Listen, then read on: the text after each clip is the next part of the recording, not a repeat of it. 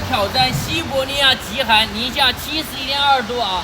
现在正在做最后的准备工作，在这里试帐篷啊，都试了好几款啊，最后是挑中了这个一室一厅的，可以在里面用火炉啊。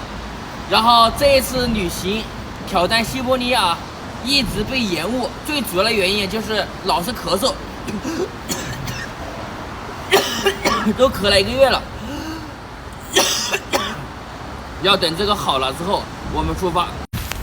这一次啊，挑战西伯利亚极寒啊，因为温度特别低，所以呢，选了一个3人帐篷啊，里面可以放很多东西。然后最关键的就是保命的啊，就是准备了一个火炉。西伯利亚的木材比较多啊，所以这个火炉放在这里，这个排气孔啊，从这里打个洞，从这里排气。到时候在西伯利亚零下71.2度啊，就靠这个火炉来保命啊！现在正在做最后的工作，就等我感冒好了之后出发。